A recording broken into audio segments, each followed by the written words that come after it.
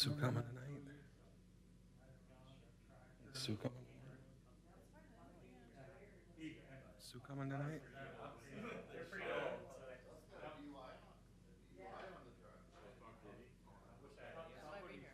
Yep.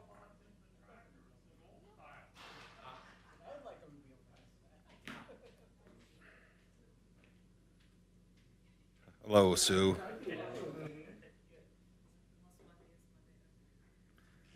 That it is.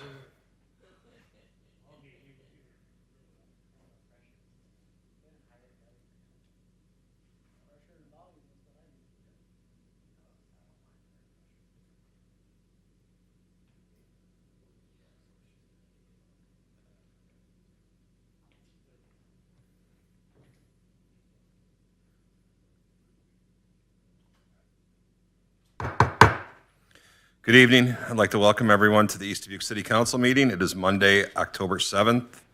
I ask that you please turn your cell phones off during the meeting and please be quiet during discussions. Please stand for the Pledge of Allegiance. I pledge allegiance to the flag of the United States of America and to the republic for which it stands, one nation, under God, indivisible, with liberty and justice for all.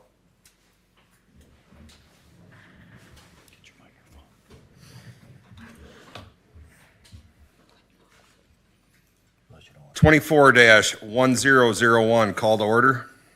Belkin. Here. Bergmeyer. Here. Dagenhart. Mayor Digman. Here. Fleur. Here. Meyer. Here. Roby. Here. Attorney Hess. Here. 24-1002, staff reports. City manager report. Thank you, Mayor.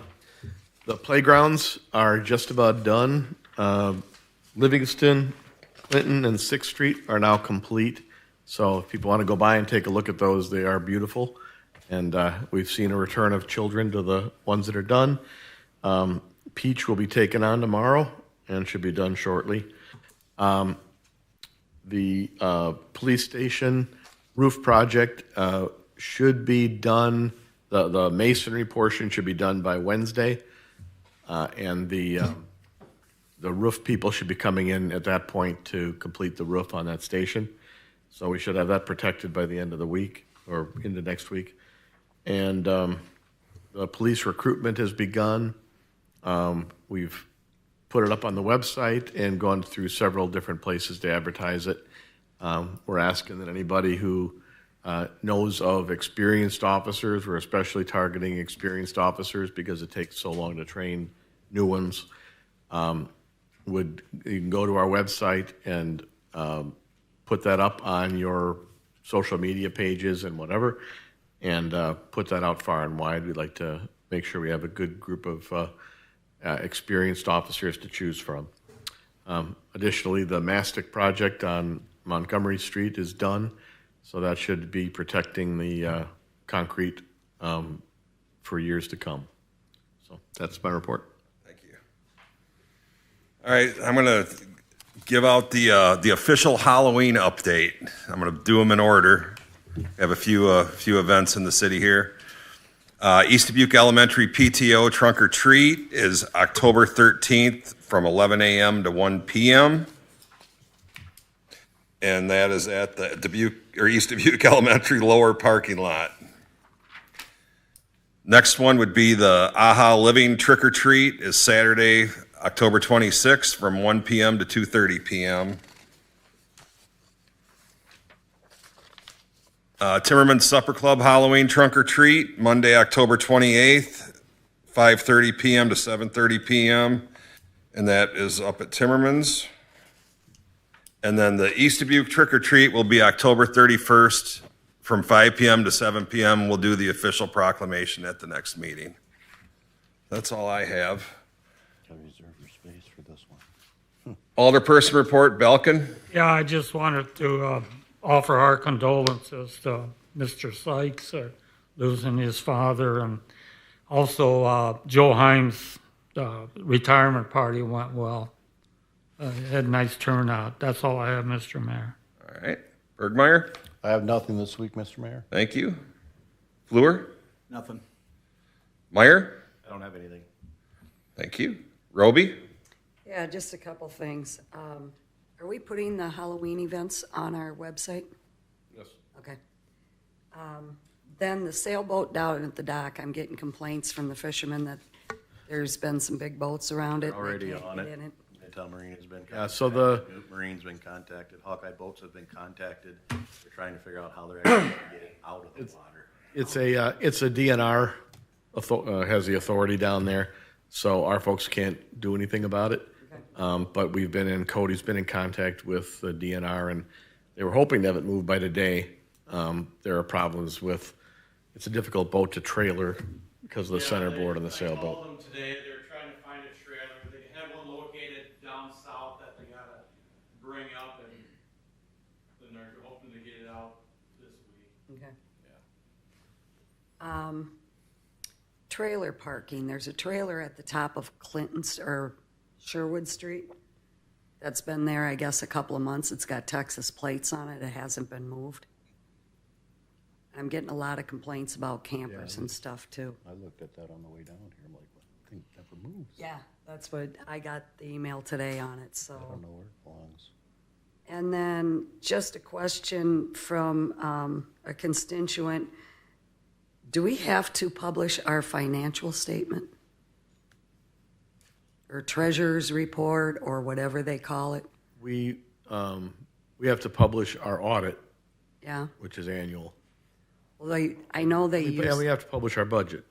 I know they used to publish a financial statement with all the salaries and stuff like that in it. I didn't know, someone just came up and asked me about it this weekend. So, Yeah, so we've got to file financials with the state, and we have to, like I said, we have to publicly put out our budget and our audit, and the audit is the official financial document, okay, as far as I know. okay. That's all I have, Mayor. All right, thank you. City Attorney Hess? Nothing to report tonight, Mayor. Thank you. Public Works, Tony? Nothing. Thank you. Chief Heim? Nope. Thank you. 24-1003, speakers from the floor. None noted this evening. 24-1004, consent agenda. Still move. Second. Roll call. Belkin, Aye. Bergmeyer, Aye. Dagenhart, Fleur, Aye. Meyer, Aye. and Roby. Aye. New business, 24-1005, discussion of projects with Origin Design and WHKS and the city of East Dubuque. Okay, I'm going to go through.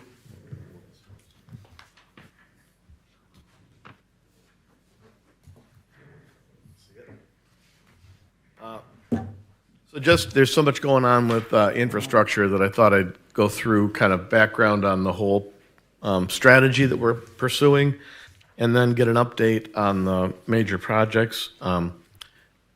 Origin was unable to attend tonight due to illness, and so we'll be able to talk about those projects. But I'm going to go through. So what we've been working through so far is our first goal has been to balance our annual operating budget. We accomplished that this spring, and we are now on a balanced budget, and we're in the black. Second is to eliminate the city deficit. Obviously, we're in, being in the black, we're in good shape to be completing that. The third is to spend wisely on other needs. I know that there is a sense that everybody would like to kind of rush toward whatever the biggest problem is. And right now, maybe our biggest problem is water mains. But we got into the problem with the water mains by rushing to a bunch of other projects and ignoring the water mains.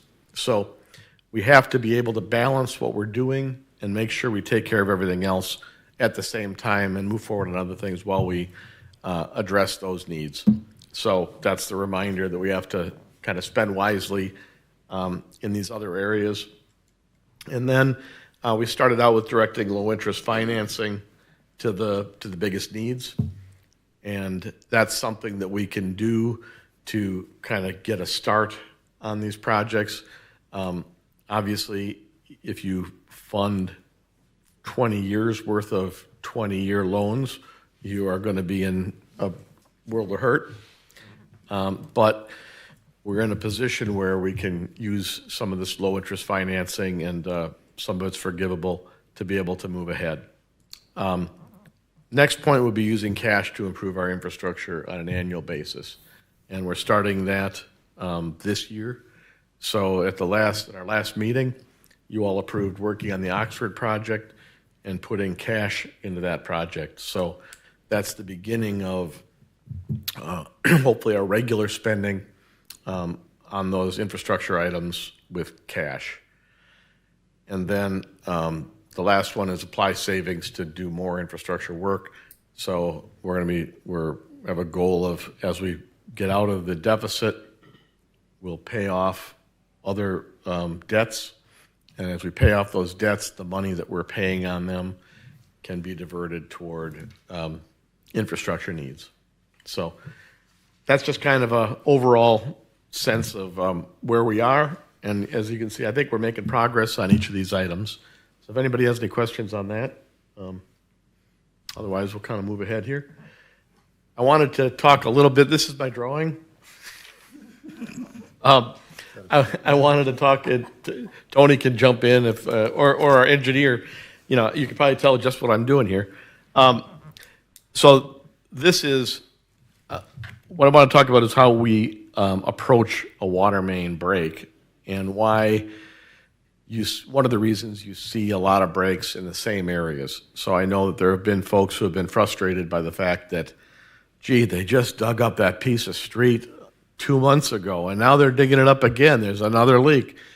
Why didn't they take care of it the first time, or whatever? Well, what happens is you dig out the broken part, so the red would be where the break would be. You dig out on both sides of that, and you have to be able to go back to where you find pipe that's solid enough to be able to put a clamp onto. And so it gets better and better here. So the yellow in the middle would be the new piece of pipe going in. You clamp it at both ends. And so what happens is now you've disturbed the pipe going out both ends, because you've had to dig up around it, you've had to dig back, and then you fill it, so you fill underneath it to make sure that it's got support, but then you've got to bring in the gravel and fill it over the top. Well, then you've got to pack the gravel so that the road doesn't end up settling, and so you're vibrating that and pressuring that. In addition to all this, you've taken water pressure off the main to fix it, and then you're bringing the pressure back up. All those things stress the brittle pipes that we have. And so what ends up happening is you end up getting the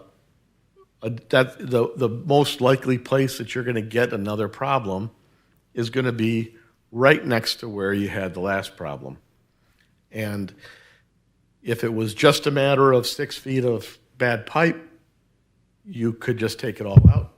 But you're not able to go back to the point where you can get to good solid pipe, because it just doesn't exist in some of these streets. So that's my kind of layman's, because I try to keep it simple because my brain works simply on this stuff. Tony, is there anything else that you'd No, you explained it pretty good. throw in on that? So that's why you see a lot of times the new breaks are very near the old breaks, and sometimes the new breaks happen right after an old break and in the same area. So, anybody got any questions on that somebody else can answer? And so this is the document that was in the city budget on facilities plan debt costs. So I just kind of wanted to generally update this for you. So we had Oxford. We weren't able to borrow on the water part, so the water we're doing with cash. So that's the first big year-in investment of cash in the infrastructure. So the bad news is it puts us in a tighter spot financially. The good news is it saves us a long-term debt. And so the sewer we did get financing for. The lift stations you're going to hear about later from Travis. But, we'll be doing the first 2 lift stations, and the last 2 lift stations are put off for a while because they're not as high a priority as some of the other stuff that we're going to be doing. And when we do them, we think we can do them for significantly less than we were projecting in the spring. Indian Hills is another of the projects that you're going to hear about, and that's on here. So there's a lot of confusion about Indian Hills because we said we're going to do this project. It's going to be $3.7 million and a whole bunch of debt for the city. And folks rightly pointed out that why are we taking on this kind of debt when we have more pressing responsibilities to try to get our water system, for instance, in order. And so the council decided not to do the Indian Hills at the time. Then we were able to work with our consultants and the state, and we were able to spend the portion of that project that was grant funded. So the state is providing a $2.2 million grant, which does not have to be repaid. And so what we've asked our consultants to do is to redesign the first phase of Indian Hills to get us the maximum coverage in terms of bringing sewer to new customers and the maximum reach for our city sewer system into future areas of development. And so we'll be looking at a map, looking at that as we go forward. But the important thing is that we are not borrowing for Indian Hills.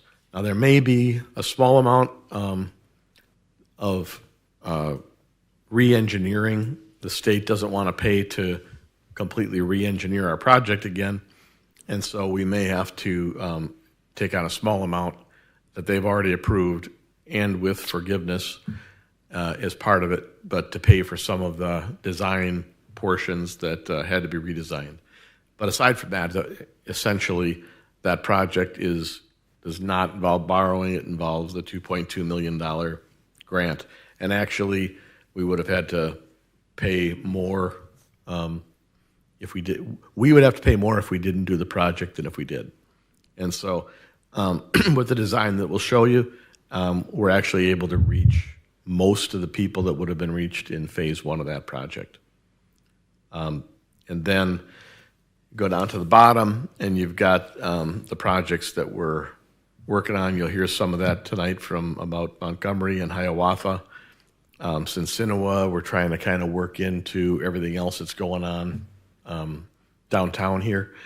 But Montgomery and Hiawatha are in the plan and are coming up, and we'll be looking at their schedule coming up. So this is Oxford Street.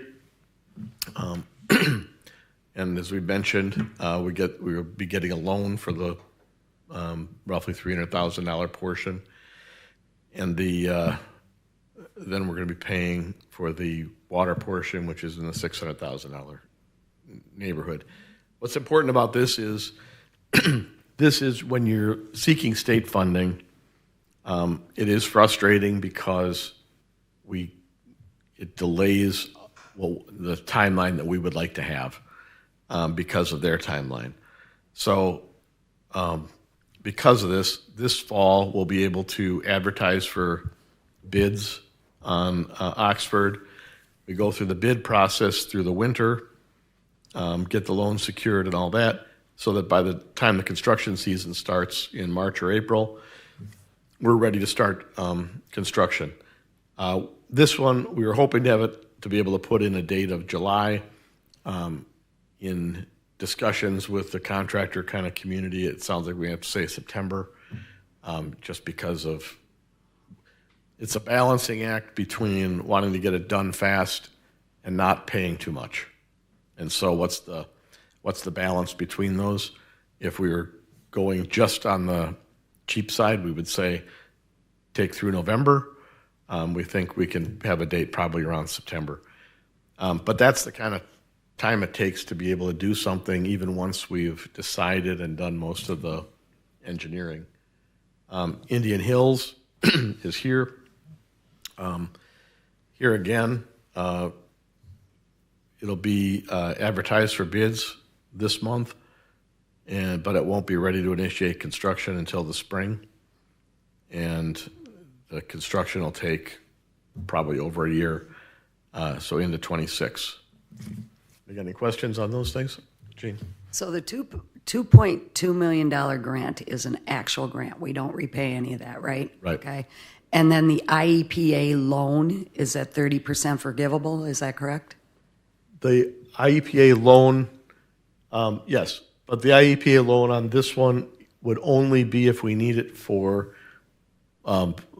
pieces that the state won't pay for. Okay. And so it'd be a relatively small amount for the redesign costs. Okay. So we're not talking about a project kind of sized loan. We're talking about a small one. And 30% of that would be forgivable also. Okay. So this is the map of Indian Hills. If you, my pointer worked on this, but so I have it laid out north to south. You start on Old Dump Road, going up, and you can make this a little bit bigger here. So there's Old Dump Road.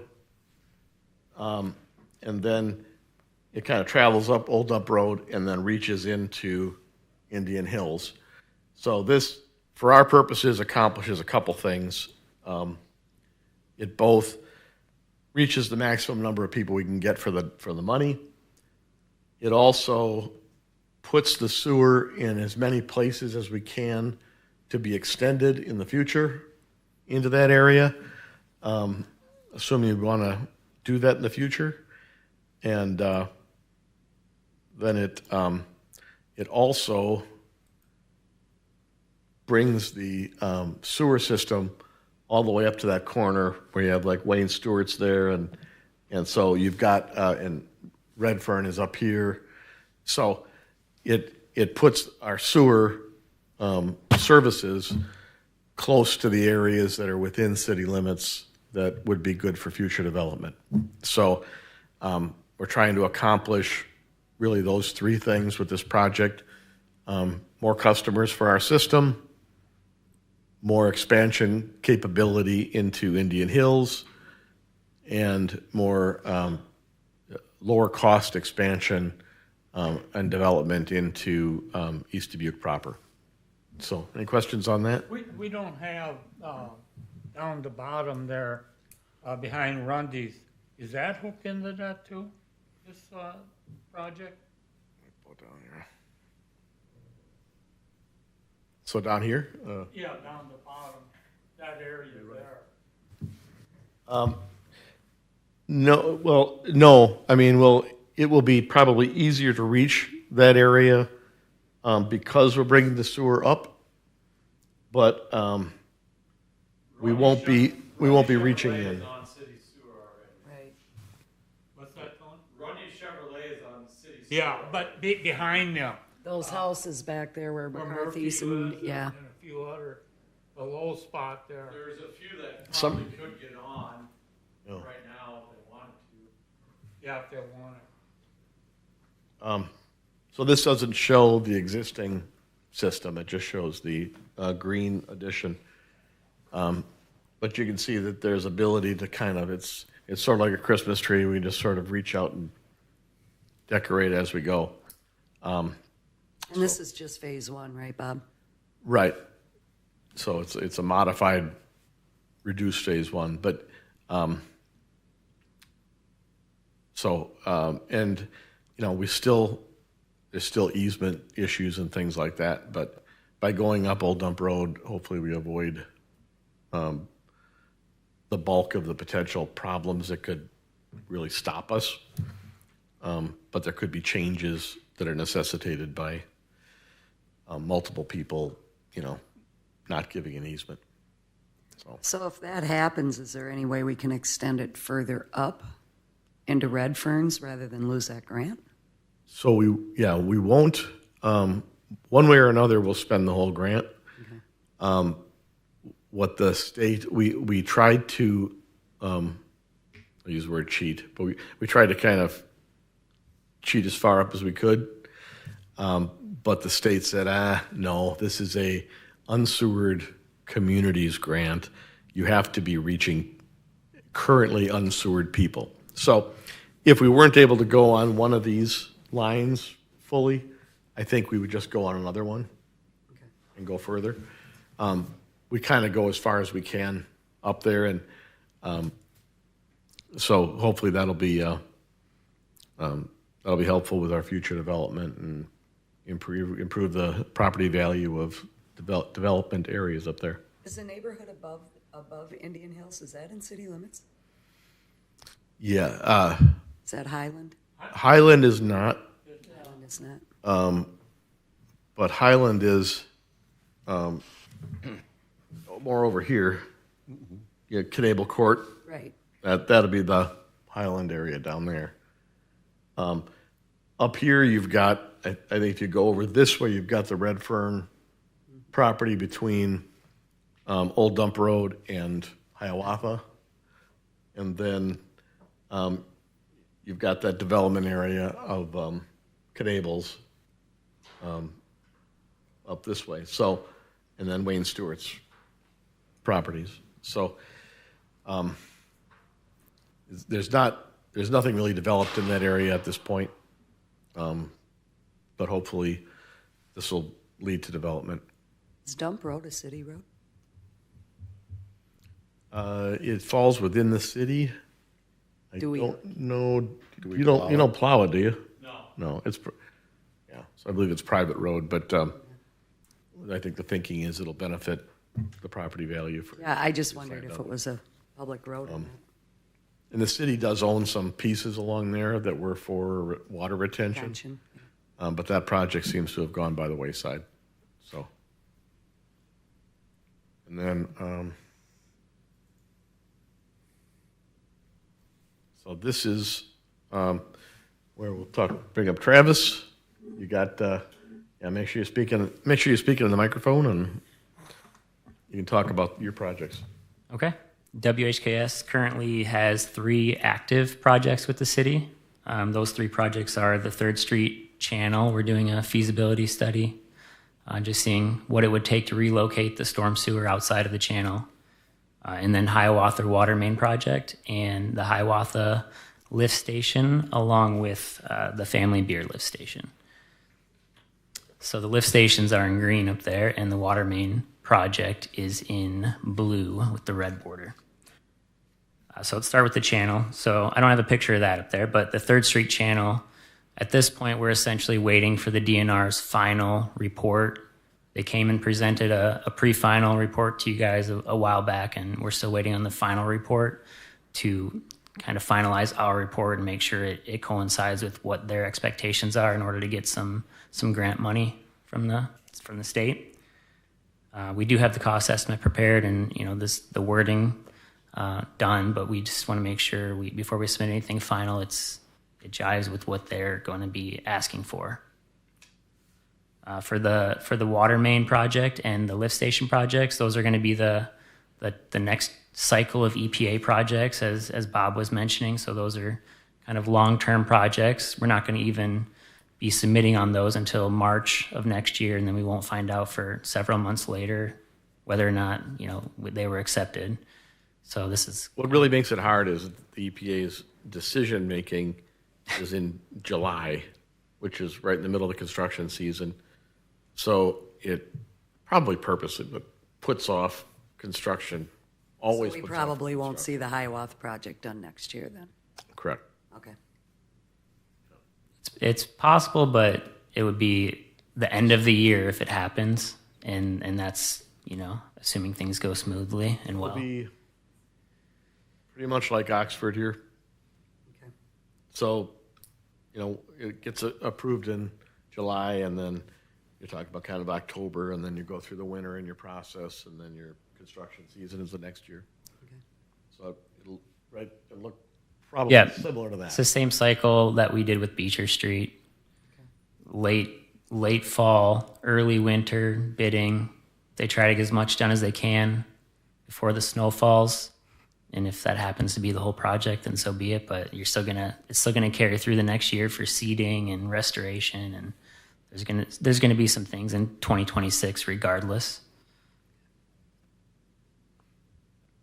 So those two projects, kind of an update on where those are at. We're kind of not necessarily close to bid documents, obviously, at this point, but so far we've done the survey. So we have survey on all of the projects, and that's processed and completed. We've started to dig into the design on the water main project. So we've been laying out water mains. That portion of Montgomery there that's highlighted, we've done the street design on that. So we've got some sidewalk and street design completed. As far as where we're at, I would expect to be coming up with maybe 30 to 60% plans by the end of next month, just to get some review started and some questions for the city and Tony, Bob and Tony most likely. For the lift stations, we're not quite as far along on those. We've completed the survey obviously as well.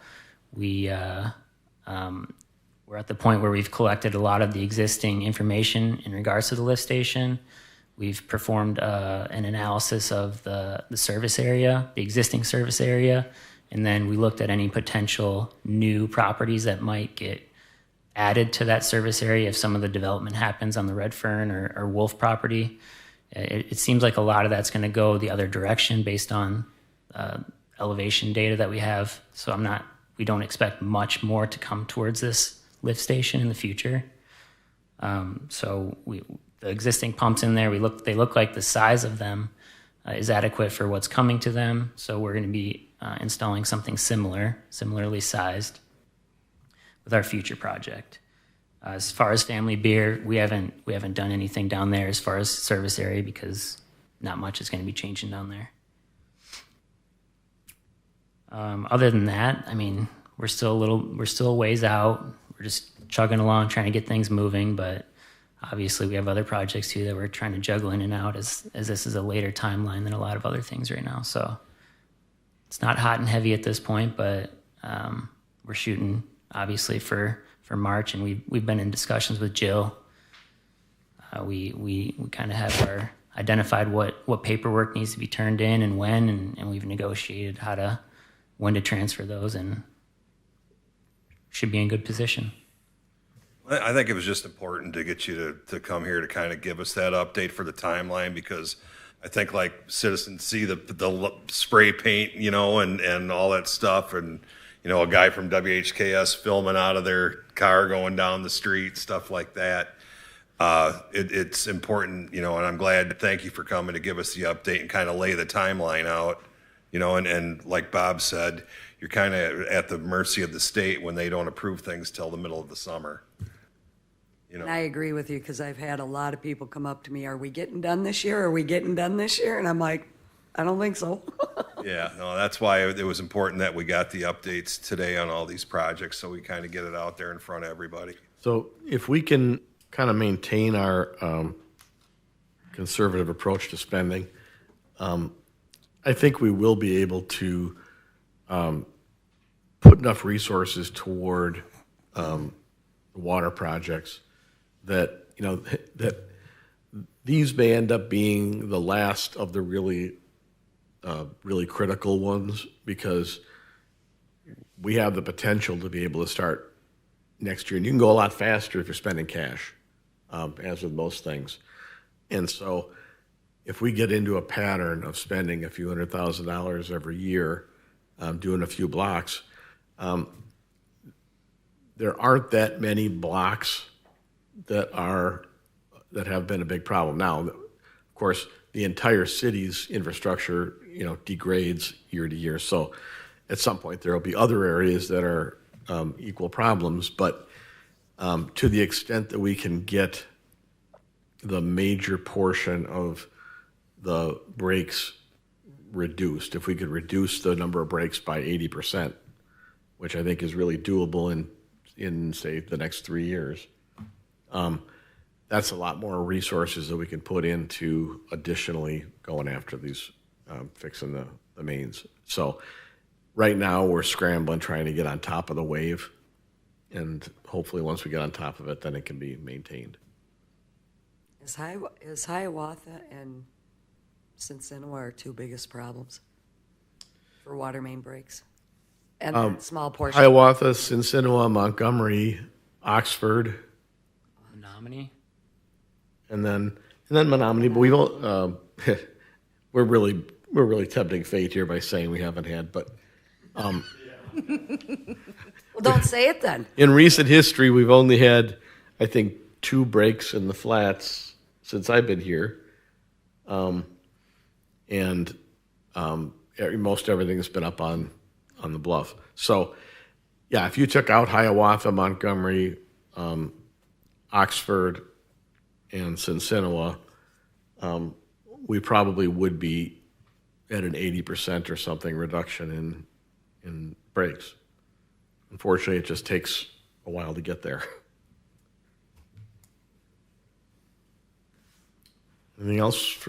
Questions on that? How many feet we gonna do out there on Hiawatha? Travis, offhand. It's from Pine Street. I had it in the agreement, and I forget what it was. It might have been around 2,500. I was going to say 2,000 for a little more, yeah, something like that. Well, no, half a mile. And the other thing that'll come into play is we can't just focus on where the breaks are happening more often. We have to focus also on where the impact of the breaks are. And so if, one of the problems we've had with Montgomery is that we've had to shut down water going to the tower for some of the breaks there. The other thing that I think is being designed in, if you're going to talk about, is more valves. And Yeah, we kind of have a protocol of just putting a valve in every direction at an intersection so that they can shut down in any one direction. And then obviously there's more critical points as well, but that's the main, and Hiawatha might be a different story because it's a lot lengthier between intersections, but that's kind of the main protocol is at an intersection, say it's a T or a cross, every direction outside of that T is going to be valved. so if you remember the Montgomery break last fall, part of the problem was that we just didn't have the valves in place to be able to isolate the problem. And so that's another thing that'll be improved is the ability to isolate problems. So, all right, thanks, Travis. Thanks, Trev. Thanks, Trev. No problem.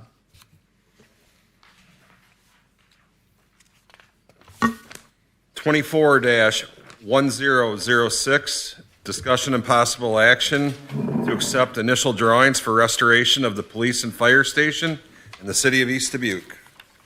All right, so we've been working back and forth with the architects and also with police chief and the fire chief to try to come up with try to stay within range of a budget and be able to do everything we need to do in the buildings over here.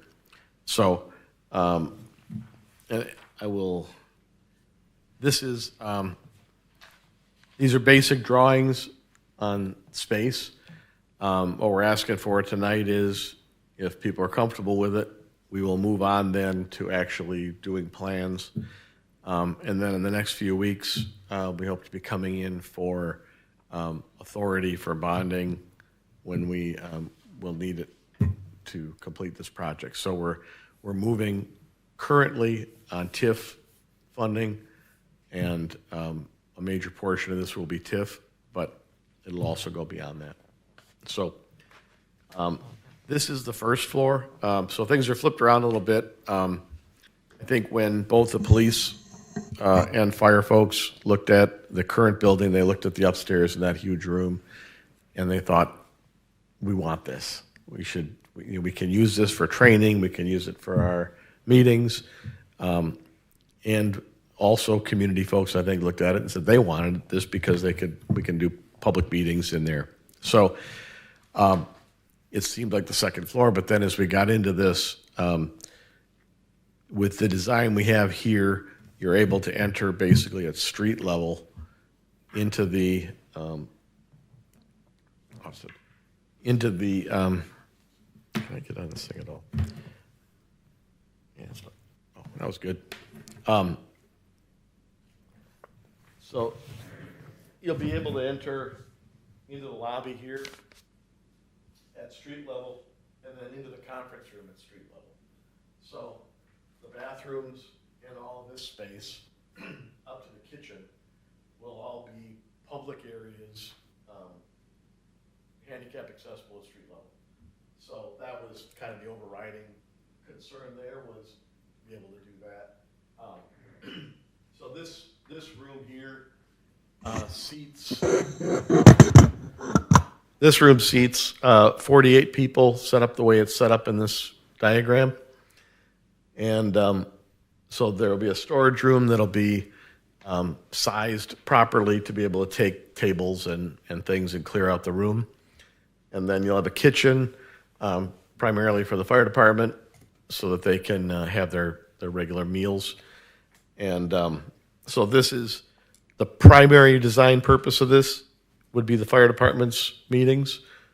The secondary would be training for the fire and police departments, and the ability to bring in departments, police from other places to train here, which saves us money as opposed to sending our people someplace else. And then also public meetings for citizen organizations and things like that. So that makes this area basically is public. To get to the private areas of the building, you have a secure door here going out, stairway going up, and then elevator going up back there. Built in the back is a replacement of the garage that was on there. That'll be a two-car garage. Not the widest two-car garage you ever saw, but it'll be plenty deep, and that will be initially available to the police department. Down the road, should we need another vehicle, like for instance another ambulance or something, then we have the ability to take in something like that. What they did in designing this, so if you come over, this is the alley between the two buildings that currently exists, and this is the existing fire station. So to make it available for another vehicle in here, we'd be taking out their meeting space and their office space, and putting a bay in here. So this wall will come out and be replaced by an overhead door, and you'll have that. So currently, that's the main difference in the existing fire space. And what they did was try to design this so that it all fit within the current footprint plus the alley. And because raising the roof on the fire station would be an additional significant cost, and the cost of restoring an older building is, it's got a bunch of savings, but it's also got a bunch of costs. This is the second floor. Anybody got questions on the first floor? Just one about the bathrooms. Okay. Would we not be better off, instead of making 3 separate restrooms, making one large restroom with stalls? And instead of 3 separate sinks, make the long... Yeah, but you need boys and girls. Oh, that's right. Okay. We're kind of So we're having boys, girls. Gene, we're old-fashioned that way. we're still gonna have boys and girls. No, I just, and that is the it reason. doesn't say men, women, or anything. It Well, just... yeah, no, it's a good question, because what we're trying to do is make it available for the maximum number. So rather than having 3 stalls for men and 3 stalls for women, you make 3 bathrooms that are accessible to either. This is one of the areas that will take some further study as far as how many bathrooms are needed, and it's an issue on both floors. But they've shoehorned in these bathrooms, and that seemed to be the best way to make it accessible to both genders. But that is so bathrooms is an issue that'll keep popping up probably. If we end up having to go with bigger bathrooms, it'll kind of really mess up this design.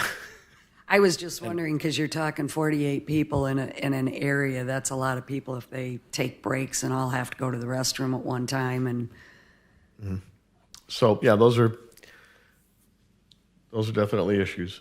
And so I don't have the full answer on how many we're gonna need, but you can kind of see the first thing they tried to do, based on what we got from the chiefs, was protect the meeting space. And then, so everything on the first floor kind of goes from protect the meeting space, and then what else can we fit around that? And the first floor now becomes the packed-in area, sort of, because of that. So this is the second floor, and what we've done so far is designed it so that you'll have 2 floors over the existing building and over the alley, but we wouldn't have to raise the roof on the existing fire station. So significant savings there. The elevator would come up and have a potential access for the future if we ever wanted to expand and do a second floor on the fire station. You could do that because the elevator will be set up to have a stop there. And then you can see there's steps that can be put in to go up to there. So it's designed with with a hallway and elevator for future expansion over there. So this is the area that's more the internal area to the police and fire departments. So you can see the stairs come up. There'll be in this area is more the fire area. There'll be a bunk room, as we talked about, which could be even nicer than the current place that the fire department has to sleep people.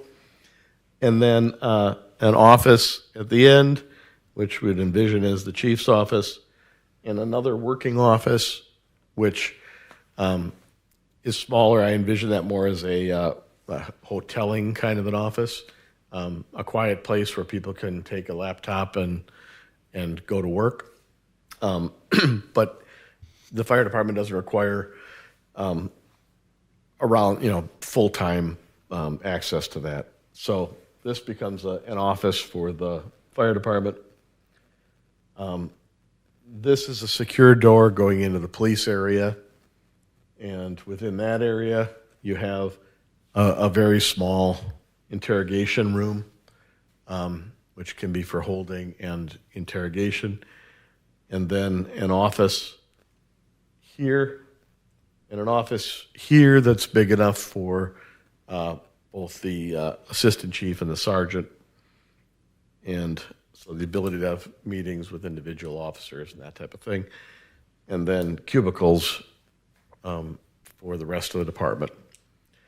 So all this area is secure. This is a conference room, which is we're sizing for the officers' meetings of the fire department, but it'll be available for police and fire use, and probably other use if we need another room for a meeting of a committee, the council, or whatever. But it's not public use. And then lockers.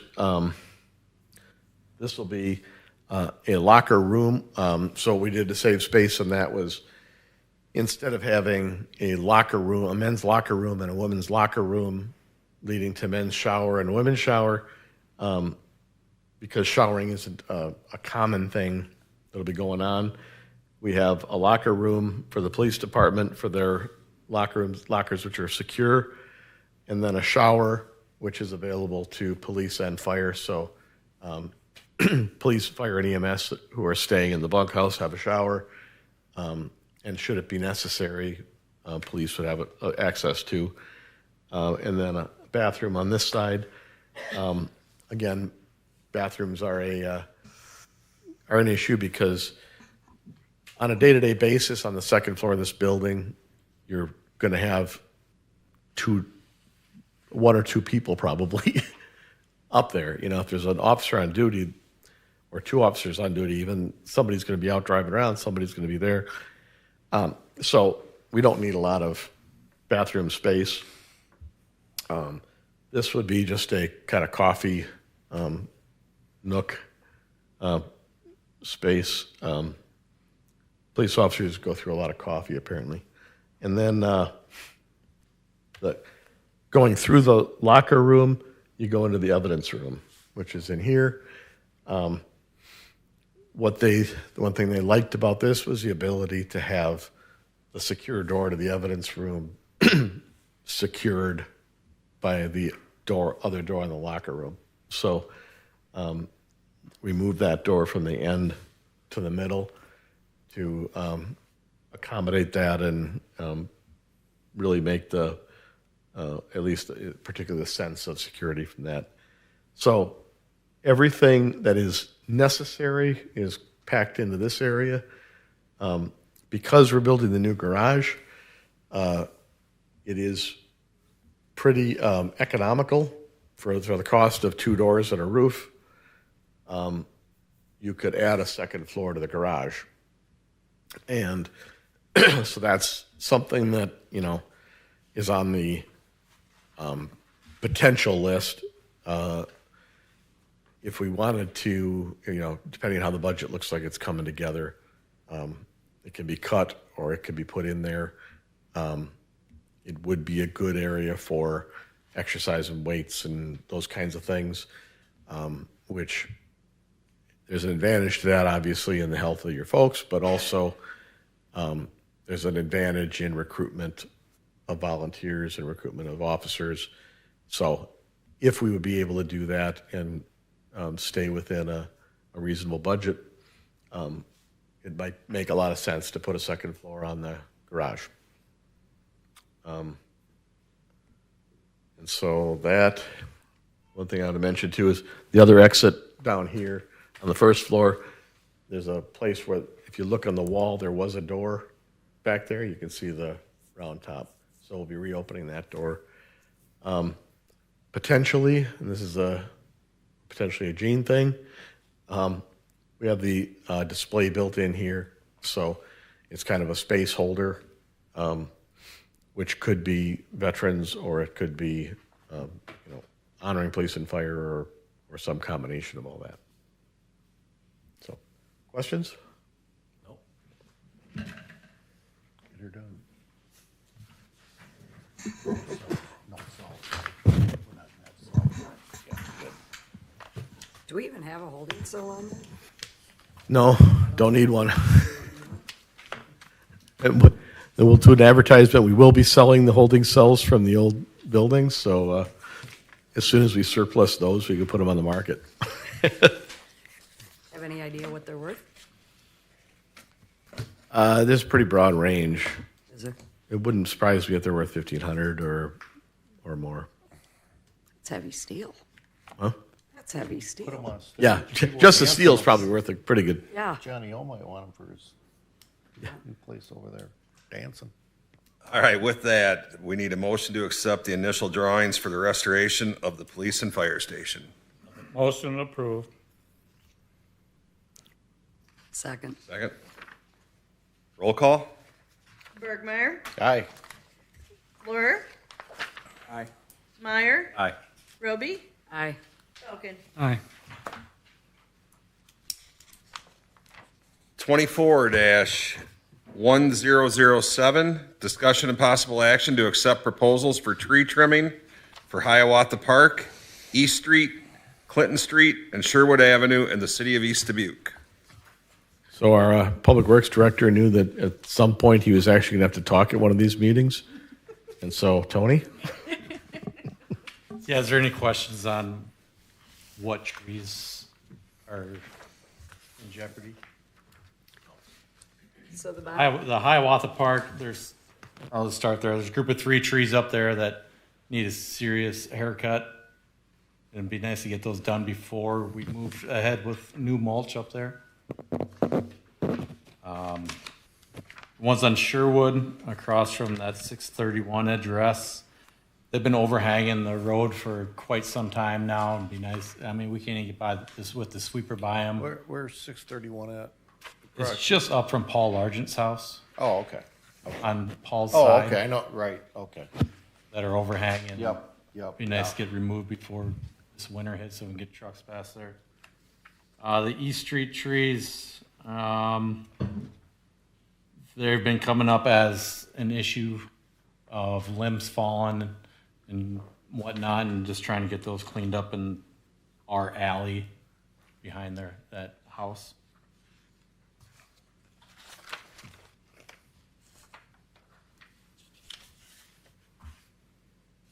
and Bonnet only has one. Yeah, Bonnet only has one he only wanted to bid the Hiawatha. Then the Scott Young bid all 3. So on Cedar Birch's Yeah. bid, that can be broken off by each one? Yep, Okay. yep.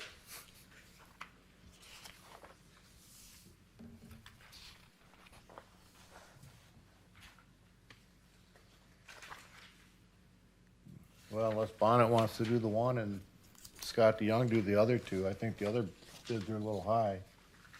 Yeah. By far, so. Which one for, Clays, or, which one for Clayville? huh? He was higher on all of them, wasn't he? Yeah.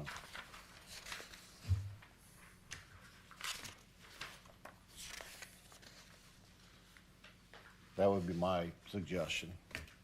Whether Scott does all of them or Put it in, Delbert can do them. make the motion. You're gonna have to break it off on how you want it done. Yeah, you do it. Hold on a second. So Bonnet is only doing Hiawatha. Yeah, He only has one bid in, Cedar Birch is doing all 3. all 3 of them. Clay is only doing 2 of them. But he's 78. I say go with Scott. So if you want the most cost-effective, you'd Yeah, give that works Bonnet, for me. Hiawatha, Yeah. and Cedar Birch the other 2. Yeah, either way, either way, or have Scott do all 3 of them, it doesn't matter to me.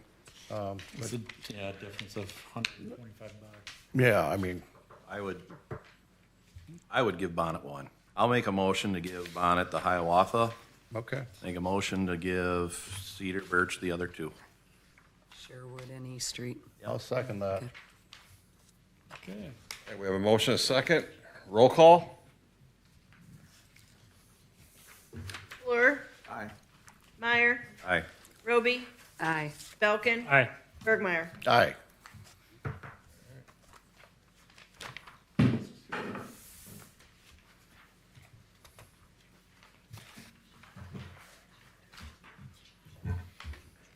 Twenty-four 1008 executive session for sale of real estate. Need a motion? I make the motion. Second. Roll call? Meyer, Aye. Roby, Aye. Belkin, Aye. Bergmeyer, Aye. Fleur.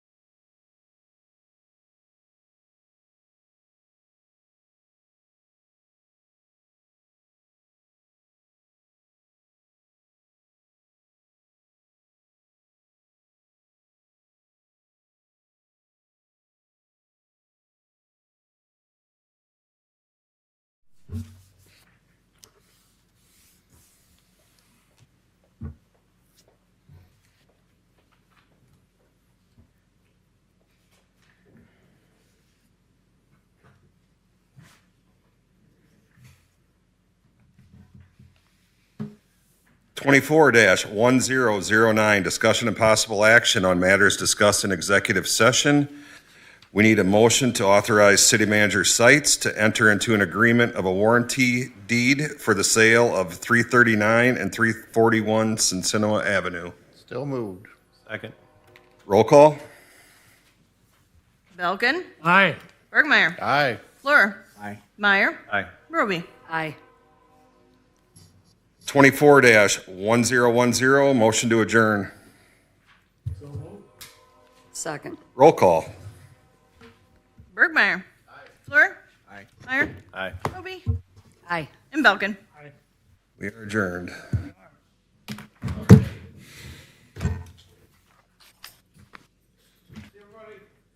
See you.